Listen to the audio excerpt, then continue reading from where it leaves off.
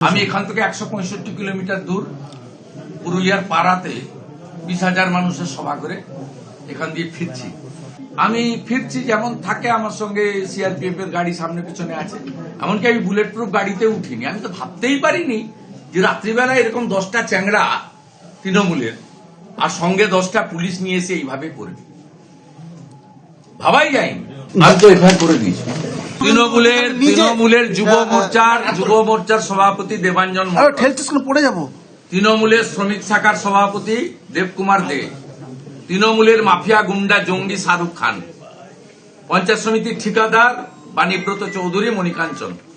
পশ্চিমবঙ্গে কেউ স্বপ্ন আগে আমরা জানতাম মা দিদি বোন বেটিরা কন্যারা সুরক্ষিত নয়, আজকে জানলাম নির্বাচিত বিধায়করাও সুরক্ষিত নয়। এরা মুছে ফেলতে চায়, বিরোধী থাকবে না, তাতে যদি পুড়িয়ে মারতে হয় হবে।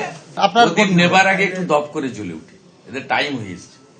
নেতাই করে সিপিএম গেছিল, আজকে চন্দ্রকোনা রোডে যা করলো এই এলাকা পুরো ফাঁকা হয়ে গেল।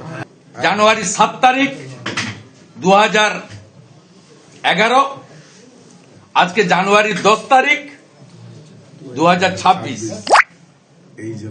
দেখবেন শেষ হবে।